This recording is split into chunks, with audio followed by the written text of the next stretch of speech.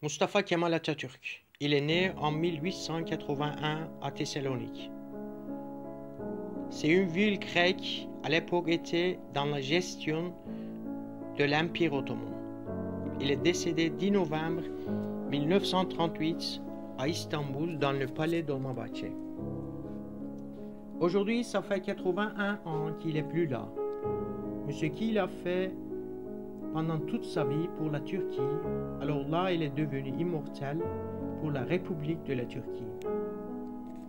Chaque 10 novembre à 9h05 du matin, la vie s'arrête pour une minute de respect, de mémorable de cet hommage. Parce qu'Atatürk était un grand chef pionnier, réformiste, intellectuel et un commandant courageux, qui a toujours fait son mieux pour son pays. Il s'est dédié à son peuple pour leur offrir la liberté, la modernité, la fraternité et l'égalité. Si on parle brièvement de ces réformes, on voit qu'il y avait une transformation politique, économique, éducative et culturelle qui touche à tous les aspects de la vie publique et privée. Justement, on peut dire qu'il a créé une nouvelle citoyenneté et une nouvelle identité nationale. Tout d'abord, le 1er novembre 1922, le Grand Assemblée de Turquie abolit le sultanat. Et avec un effort irrésistible, le 29 octobre 1923, la République de la Turquie est fondée, qui cette date a été acceptée la fête nationale de la Turquie. À partir de là, il devait continuer sur ses réformes. Mais le calife pouvait, au nom de l'islam, s'opposer toujours contre ces réformes. Alors là, encore avec un effort énorme, il a réussi à abolir le califat le 3 mars 1924.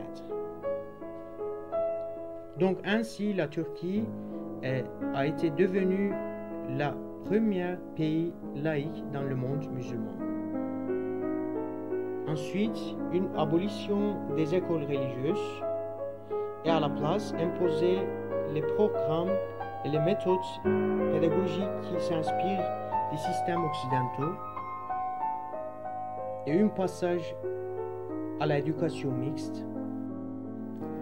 Et au niveau de la vie sociale aussi, il a fait des changements radicaux, comme l'interdiction de le mariage religieux et en considérant de légalisation le mariage civil. Donc on dirait avec Atatürk, la femme turque, elle avait reçu de mêmes droits identiques à ceux de l'homme. Et aussi la femme turque a eu droit de voter et d'être élue en 1934, c'est-à-dire 11 ans avant la femme française. Donc ça peut bien être une preuve de dire que Atatürk était un personnage génial et prédictif. Et dernièrement, si on parle des réformes économiques, les sociétés étrangères furent peu à peu rachetées. Les ressources minières, l'industrie placée sous le contrôle de l'État. Les chemins de fer ont été nationalisés par les banques nationales.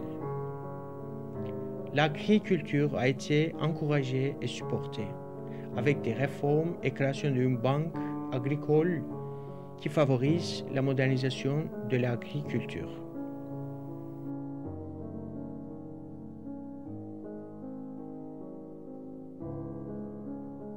Alors dernièrement, comme il nous a conseillé, on va toujours rester solide pour protéger et améliorer ces réformes et suivre son chemin pour notre futur. Un remerciement à lui et on dirait reste en paix, on vous suit et on vous suivra.